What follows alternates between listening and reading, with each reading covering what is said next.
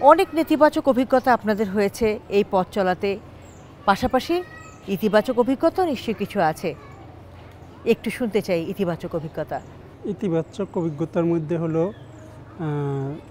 নরসিংদীর জেলা প্রশাসক ছিল ফারজানা কাউনিয়ান। উনি আমার মেয়েকে অনেক বেশি আদর করত, যে কোনো অনুষ্ঠানে ওর প্রাধান্যতা বেশি দিত, আর ওকে খুঁজে খুঁজে নিত, সবসময় তার সাথে রাখতো যতক্ষণ অনুষ্ঠানটা থাকতো। হ্যাঁ, ওর পারফরমেন্সগুলো সে অনেক বেশি পছন্দ করতো। তো ওখান থেকে আমরা অনেক উৎসাহ পাইছি।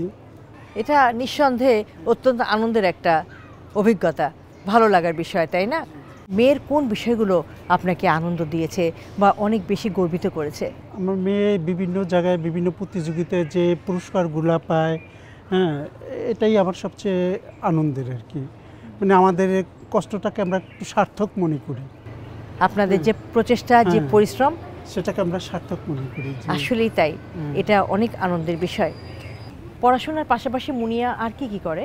পড়াশোনার পাশাপাশি মুনিয়া গান, ছবি আঁকা, নাচ এগুলো করে, কবিতা আবৃত্তি করে।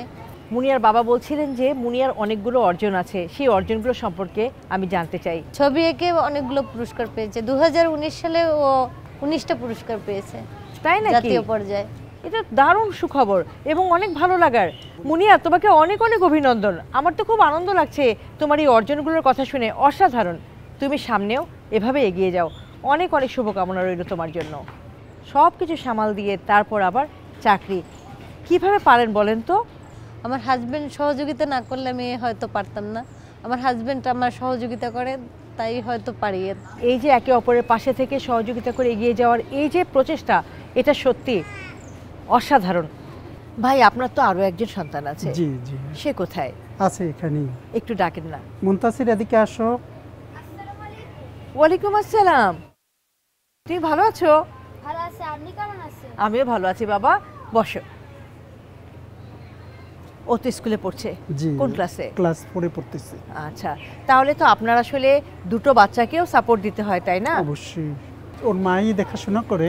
আচ্ছা। তো ছেলে মাশাআল্লাহ ভালো আছে, রেজাল্ট ভালো হয়, মাশাআল্লাহ ভালো স্কুলে পড়ে।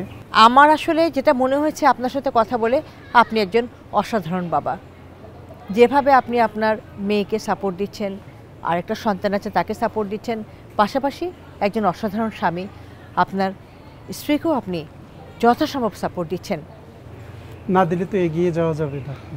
যে পরিবারগুলোতে মুনিয়ার মতো বিশেষ চাহিদা সম্পন্ন শিশুরা রয়েছে, সেই পরিবারগুলোর উদ্দেশ্যে মুনিয়ার বাবা হিসাবে কী মেসেজ দিতে চান? এই ধরনের বাচ্চা যে ফ্যামিলিতে আছে, তারা বাবা মা দুজনে মিলে সমানভাবে বাচ্চাটাকে এগিয়ে নেওয়ার চেষ্টা করতে হবে। নাহলে তো সমান তালে এগিয়ে না নিলে তো বাচ্চাটা পিছিয়ে পড়বে, সঠিকভাবে সে বেড়ে উঠতে পারবে না, এগোতে পারবে না।